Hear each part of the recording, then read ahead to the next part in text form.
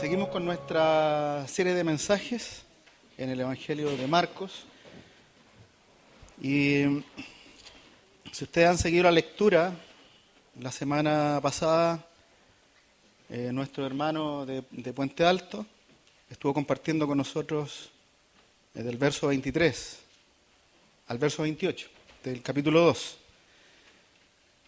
Y hoy día vamos a meditar en el capítulo 3, del 1 al 12. Tenía la duda si predicar sobre este pasaje, porque este pasaje tiene mucha relación con el anterior. Habla muy parecido, o toca los mismos tópicos que tocó nuestro hermano Carlos la semana pasada. Sin embargo, no podía saltármelo, porque en realidad tenemos que predicar su escritura, toda su escritura, de tal manera que vamos a continuar con el verso 3, el capítulo 3, del verso 1 al verso 12, y le he puesto como título a este sermón Jesús bajo presión, porque él está ya en esta etapa de su ministerio con alguna presión extra respecto de la labor que él está haciendo. Vamos entonces a predicar, vamos a leer, estén ahí sentaditos, me siguen en la lectura, Marcos 3, 1 al 12. El hombre de la mano seca. Otra vez entró Jesús en la sinagoga y había allí un hombre que tenía una mano seca, o lisiada, y le acechaban para ver si en día de reposo le sanaría, a fin de poder acusarle. Entonces dijo al hombre que tenía la mano seca: levántate y ponte en medio. Y les dijo: ¿es lícito en los días de reposo hacer bien o hacer mal, salvar la vida o quitarla? Pero ellos callaban. Entonces, mirándolos alrededor con enojo, entristecido por la dureza de sus corazones, dijo al hombre: extiende tu mano. Y él la extendió, y la mano le fue restaurada sana. Y salidos los fariseos, tomaron consejo con los herodianos contra él para destruirle. Mas Jesús se retiró al mar con sus discípulos, y le siguió gran multitud de Galilea, y de Judea, de Jerusalén, de Idumea, del otro lado del Jordán, y de los alrededores de Tiro y de Sidón. Oyendo cuán grandes cosas hacía, grandes multitudes vinieron a él. Y dijo a sus discípulos que le tuviesen siempre lista la barca a causa del gentío, para que no le oprimiesen, porque había sanado a muchos, de manera que por tocarle, cuantos tenían plagas caían sobre él. Y los espíritus inmundos al verle se postraban delante de él y daban voces diciendo: tú eres el Hijo de Dios. Mas él le reprendía mucho para que no le descubriese. Oramos. Gracias, Señor, por tu palabra leída. Abre, Señor, nuestro corazón, nuestro entendimiento, para poder escuchar tu voz, Señor. Te pido que hables a mi vida primero, Señor. Yo soy polvo y al polvo volveré. Pero tú, Señor, habla a nuestros corazones, a cada uno de nosotros que necesita tu palabra en esta mañana. Gracias te damos, Señor, en el nombre de Jesús. Amén. Ustedes se fijan en este texto, en el capítulo 3. Esta es y en la lectura aparece como una de las acusaciones más de los fariseos. Y permanentemente los fariseos han estado atacando a Jesús. Y lo que podemos ver es que en algunos pasajes que ya hemos visto, ya en este corto tiempo, hemos visto que hemos tenido 5 ataques o acusaciones de los fariseos. Primero, ellos le acusaban de blasfemia por perdonar pecados, de comer y de tener amigos de pecadores, ¿verdad?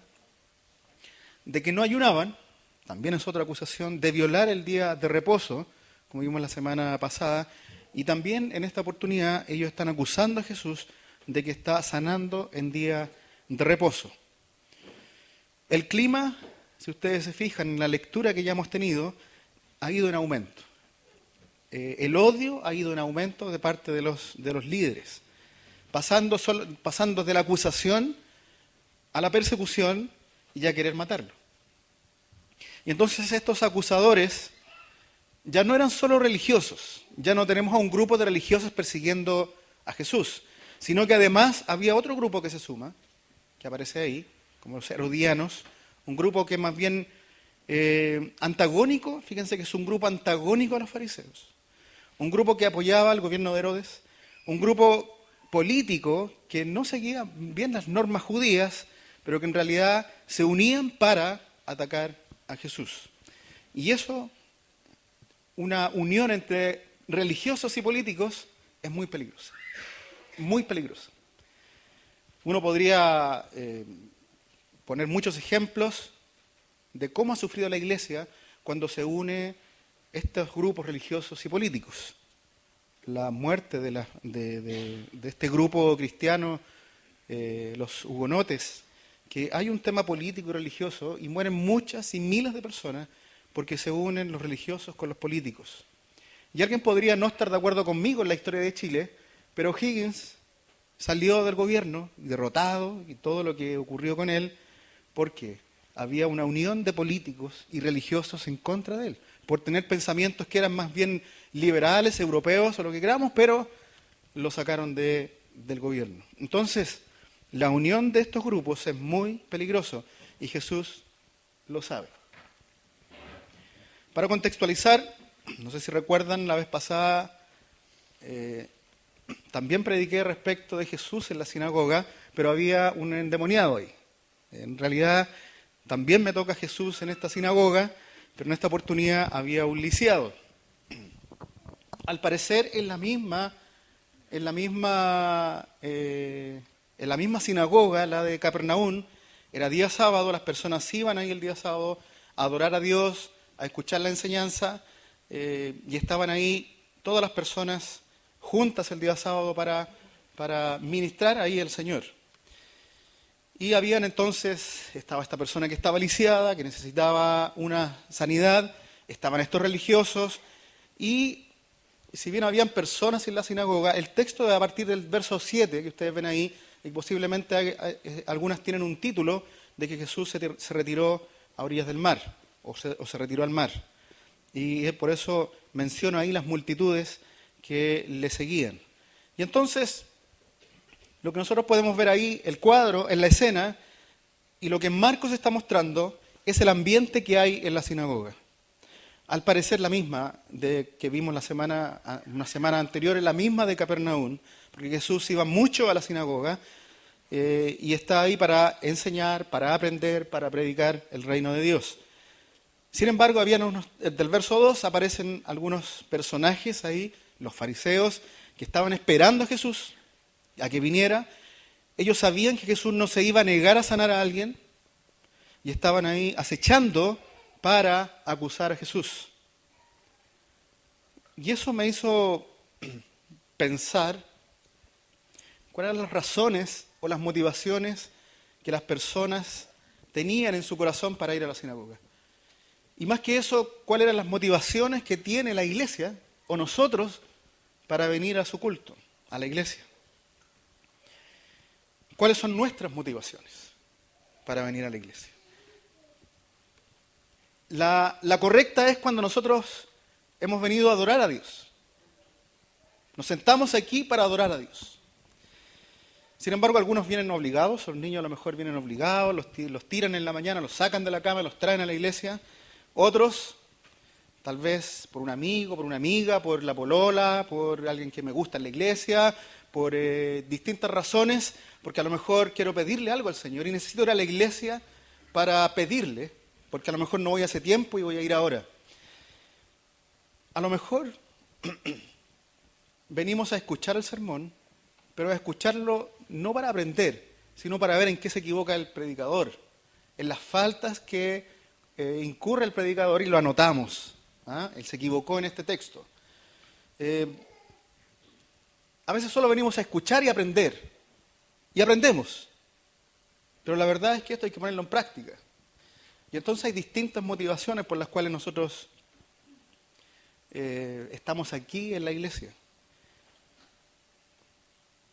El Señor conocía las motivaciones de cada uno de los que estaban ahí en la sinagoga. También conoce la motivación de cada uno de nosotros, porque hemos venido a la iglesia. A pesar de eso, a pesar de que Jesús conoce el corazón de aquellos hombres y conoce nuestro corazón también, a pesar de eso, Él no cambia su forma de ser. Él nunca fue cínico, nunca fue escéptico, nunca se vio desilusionado, nunca estuvo ahí apesadumbrado, siempre estuvo enseñando, siempre estuvo predicando con la misma pasión, con la misma fuerza, con el mismo amor. Siempre estuvo ahí sin cambiar, sin variar. Y eso habla mucho, esa forma de ser de Jesús, de cómo debemos ser nosotros cuando estamos predicando. No solamente el que está predicando aquí el día domingo a las 11 de la mañana, sino la predicación que hacemos nosotros todos los días o que deberíamos hacer permanentemente fuera de la iglesia. La parábola del sembrador dice que nosotros debemos lanzar la semilla. ¿Y qué más? ¿Algo más? Nada más. Debemos lanzar la semilla y nada más, porque el crecimiento lo da Dios. No nos creamos que nosotros vamos a convertir a alguien porque le estamos predicando, porque el que hace la obra es el Señor. Los resultados debemos dejárselo a Él. Y Jesús actúa de esta forma porque el ministerio de Jesús es determinado por Dios, por el Padre, y no por la reacción de las personas. Igual nosotros cuando predicamos debemos transmitir la predicación, debemos transmitir el mensaje del Señor, pero esperando que Él haga la obra y no esforzarnos para que, ora conmigo, acéptalo, ven aquí, siéntate conmigo, yo te voy a enseñar. Es el Señor el que va a cambiar esos corazones. ¿Qué ocurre entonces en esta escena de la sinagoga? Es que está este hombre lisiado, Jesús lo mira, le dice, ven, pasa adelante. Él lo pudo haber sanado ahí directo, sin embargo, lo pone adelante, a la vista de todos, y él hace una pregunta. Hace una pregunta no específicamente respecto de ese hombre que estaba lisiado, sino una pregunta general y se lo hace a los fariseos. ¿Es lícito en día de reposo hacer bien o hacer mal? ¿Dar vida o quitarla? ¿Y qué pasa con ellos? ¿Por qué se quedan callados? Porque Él los pone en una disyuntiva. Si ellos dicen que el día de reposo hay que hacer bien, entonces yo debo sanar a este hombre. Pero si hacer mal, si ellos contestan que hay que hacer mal, entonces no están cumpliendo con la ley. Jesús conocía perfectamente la ley de Moisés, que no impedía sanar en día de reposo. Pero también conocía a aquellos hombres la tradición farisaica que indicaba que solo se podía sanar si la persona estaba a punto de morir o que tenía su vida en juego. Indudablemente que este hombre que estaba ahí no tenía ningún problema, podía esperar el día de mañana. Sin embargo, Jesús no podía esperar el día de mañana. Él no le iba a decir, oye, ¿sabes qué? No, ven mañana porque mañana te voy a sanar. Jesús lo iba a hacer inmediatamente. Jesús iba a sanar. Y por eso estaban estos hombres allí, y por eso Jesús dice ahí que se enoja, el texto dice, se enoja y se entristece al mismo tiempo. Y eso es interesante, porque Jesús, ahí hay dos sentimientos de Jesús que se contraponen. No sé si tanto. Se enoja, ¿por qué? Se enoja porque han cambiado la adoración de Dios por la adoración al día de reposo. Y se entristece por la dureza del corazón de aquellos hombres, de los que están ahí, que están atrapados en su condición de pecado. Se entristece porque están muertos en sus delitos y pecados, y a pesar de escuchar su palabra, ellos no aceptan a Jesús como este Mesías, es lo mismo que pasa con los discípulos. Al final, no creen, sus corazones están duros todavía y no creen en la resurrección de Cristo. Y Jesús los reprende por la dureza de su corazón. Y Jesús, fíjense lo que les molesta, lo que molesta a Jesús. Se enoja porque han cambiado la adoración del día del Señor por el día de reposo. Y a la vez se entristece con ellos por la dureza de su corazón, porque están total y absolutamente perdidos. Esos son los hombres que estaban ahí, esos religiosos que estaban ahí. ¿Y cuál es el problema de los religiosos? ¿Alguien sabe cuál es el problema de los religiosos? Es su religiosidad.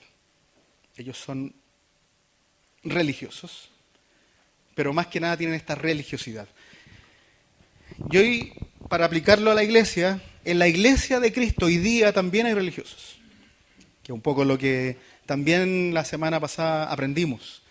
También hay hombres que son organizaciones que son y grupos que son religiosos y que lo que dicen es que, por ejemplo, que en la iglesia hay dos tipos de personas, las que son buenas y las que son malas. ¿En cuáles está usted? Porque yo soy bueno, ¿no es cierto? Hago algunas cositas, oro, canto, entonces ahí me voy a ir al cielo. Y el otro que es malo, entonces no, él se va a ir al infierno. Lo único que dice la Escritura respecto de eso es que hay dos tipos de personas, las arrepentidas y las no arrepentidas. Punto. Nada más.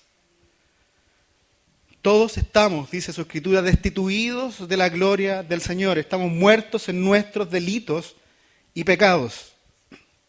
De tal manera que nosotros no somos ni buenos ni malos. Somos gente arrepentida de nuestros pecados. Fíjense que estos hombres, estos religiosos, esta manera de pensar mató a Jesús. Así que tenemos que tener mucho cuidado en qué lado de la acera estamos. Él va a comer con pecadores. Fíjense, va a comer con los pecadores. Comparte con ellos. Jesús les dice que son pecadores. ¿Y ellos qué hacen? ¿Sí? Somos pecadores, ayúdanos. Y esto mismo le pregunta a los fariseos. Ustedes son pecadores. ¿Y qué dicen estos religiosos? Este tiene demonio. A este hay que matarlo. La Escritura dice que somos pecadores aquí y en la quebrada del Ají. Otra cosa que dicen entonces los religiosos es que les importa mucho el nacimiento, dónde nacimos.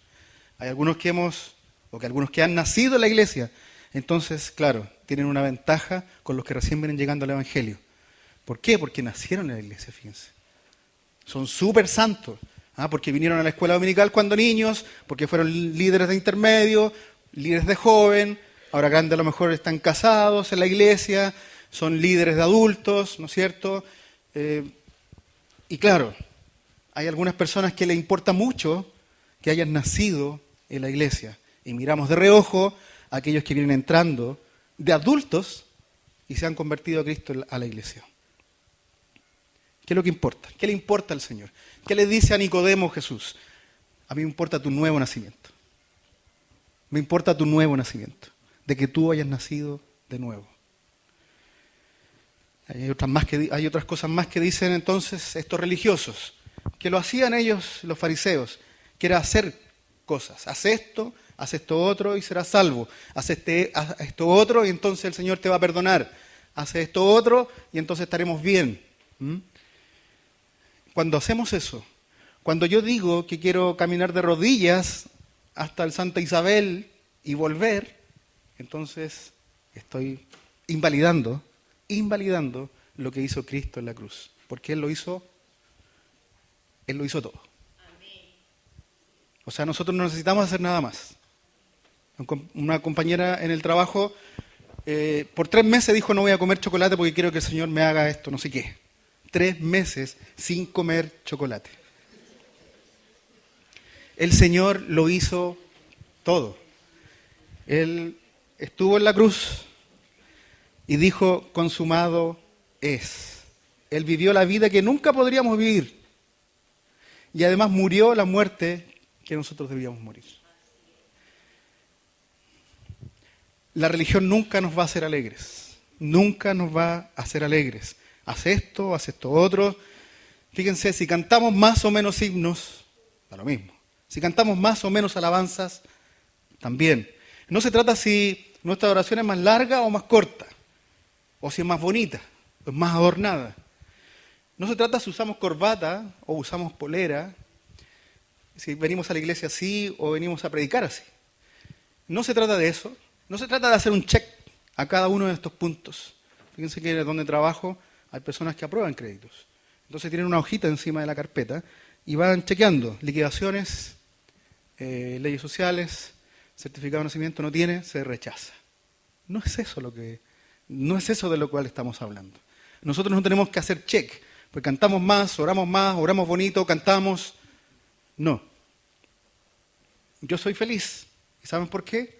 Porque Cristo murió por mí. Cristo murió por cada uno de nosotros. Y nos salva. Y su gracia hace que nosotros tengamos que solo dirigirnos a Él y darle gracias por su salvación. ¿Sí?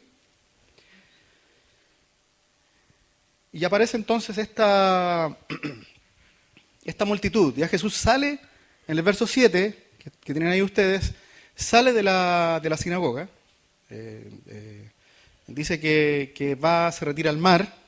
Ya ve la intención de los religiosos, de los políticos que quieren matarlo. A partir de ahora Jesús no va a ir a ninguna sinagoga, va a predicar en el mar. De aquí en adelante, fíjense, va a estar en la orilla del mar, en una barca, va por el camino, en una casa, pero a la sinagoga no va a volver porque ya le están persiguiendo, lo quieren matar.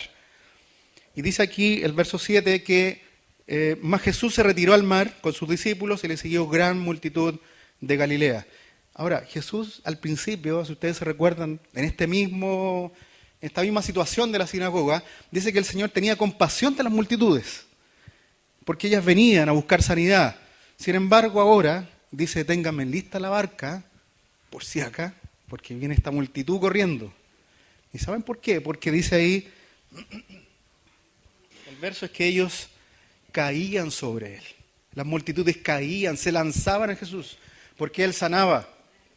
Él estaba sanando, vienen de distintos lugares del mundo, conocido ahí, ¿no es cierto? Venían a buscar sanidad, venían a buscar al sanador, al curandero, no a Jesús el Salvador.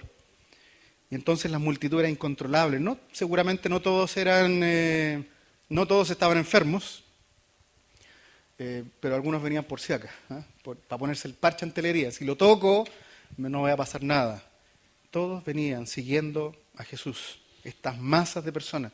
Jesús sabía perfectamente que venían por lo físico, no por lo espiritual.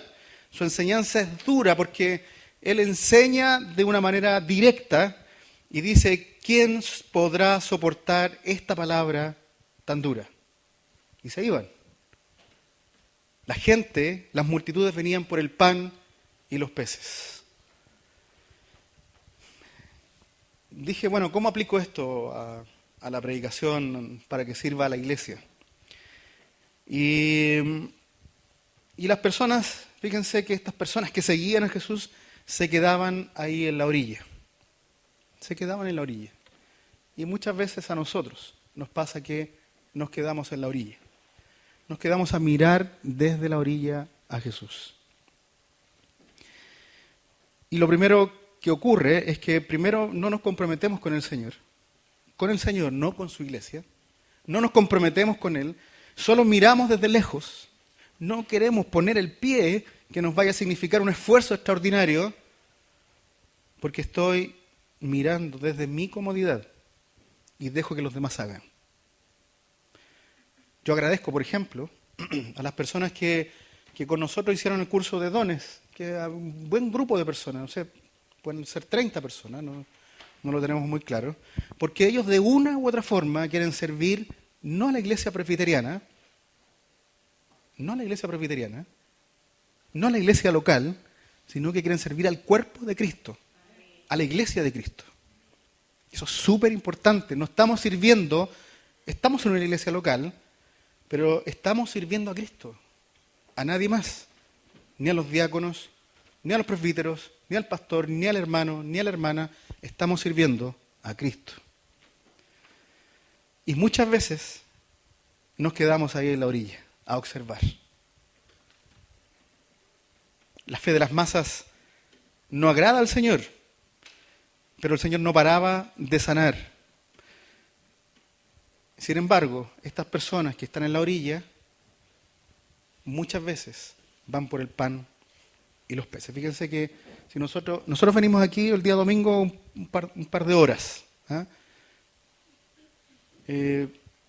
Pero nuestra motivación correcta no termina aquí, ni parte aquí, ¿verdad?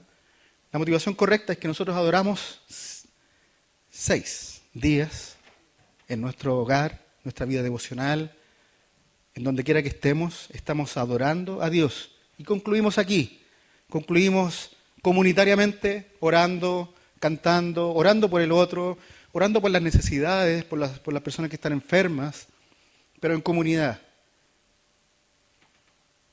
Pero el resto de la semana, los otros 6 días, ¿qué estamos haciendo?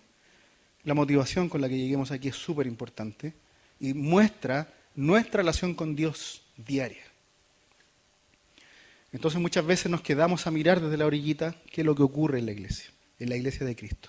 Nosotros debemos ser personas, hombres y mujeres, más comprometidos con la persona de Cristo. Eso después va a chorrear para que nosotros trabajemos en la iglesia en donde Cristo nos ha puesto. En esta o en otra. Da lo mismo. A Jesús le daba lo mismo y predicaba de la misma manera. Y no cambiaba su discurso, y no cambiaba su forma ni su fuerza al predicar. Nosotros debemos ser igual. No debemos cambiar. Independiente de las circunstancias, nosotros debemos predicar de la misma manera. Así que, hermanos, a pesar de ser perseguido Jesús no cambiaba, ¿verdad? Él es la persona más motivada que yo he conocido. A pesar de ser perseguido, de estar con pena de muerte, de que sus discípulos nada. Lo verán ustedes la próxima semana, el grupo que nos toca, que el grupo de personas que eligió Jesús, por algo las eligió. Sin embargo, si miramos su currículum, 0. Sin embargo, él, de igual manera, es un hombre que misericordioso con nosotros y no cambia. Y por eso debemos que nuestras motivaciones deben ser las correctas. Las motivaciones para orar al Señor. Mirar a la persona del Señor, porque de Él debemos aprender. Y entre paréntesis, estamos estudiando a Jesús, así que venga los días domingos, en la mañana. Es un grupo que me gusta, que opinen, que tengan su opinión respecto a las cosas que estudiamos. Y venga, aprenda de Jesús, aprenda la esencia de lo que estamos haciendo aquí. Y tendremos problemas con los religiosos. No vaya a ser que nosotros en algún momento nos transformemos en religiosos. Tengamos cuidado con eso. Porque muchas veces nosotros mismos decimos, no, como, ¿sabes qué? No, como no vienes mucho a la iglesia, no te podemos considerar. Pero conocemos realmente cuál es el corazón y cómo está el corazón de esa persona. Tal vez ha tenido toda una semana pendiente y en comunión con el Espíritu Santo. No debemos juzgar. Nunca nosotros debemos juzgar a los demás. Tendremos problemas con los religiosos.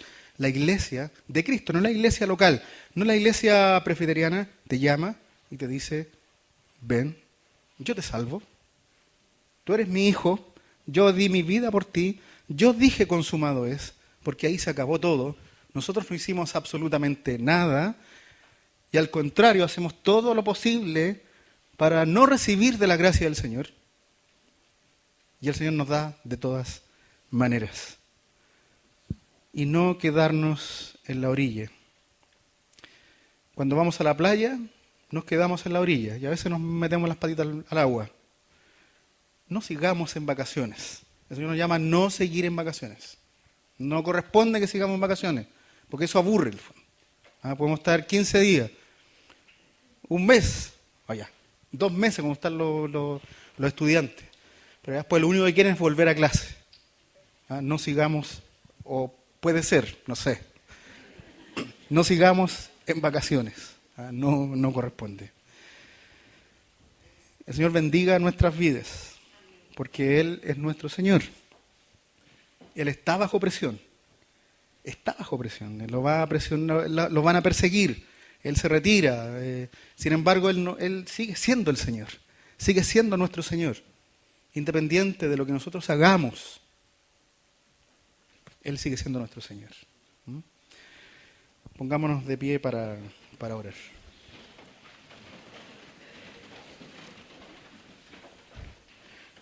Te damos gracias, Señor, porque entendemos que tu palabra es la que tiene que quedar en nuestros corazones. Queremos, Señor, estar comprometidos contigo. Porque tú hiciste algo por nosotros que nadie había hecho, que es mirar nuestra condición de pecado, de pecadores. Y nos sacaste del fango, Señor, donde estábamos. Seguimos siendo, pero tú eres nuestro Señor y nos salvas. Tú eres nuestro Padre amoroso y nos das de tu vida, nos das de tu misericordia. Te pedimos que esta palabra tú la atesores en nuestros corazones, que pongamos atención a todas las cosas que ocurren a nuestro alrededor en la iglesia y que la comparemos y la contrastemos con tu palabra, porque en tu palabra hay verdad. Y por eso te pido, Señor, de que tú seas todos los días, Señor, animándonos a leer tu palabra, a estudiar, a que nosotros estemos en constante oración, en constante comunión, Señor, contigo y con tu Espíritu Santo. Gracias te damos, Señor, porque tu palabra ha sido leída, exhortada, Señor, y queremos que tu voz, no la nuestra, es la que quede en nuestro corazón y en nuestra vida. En el nombre de Jesús. Amén.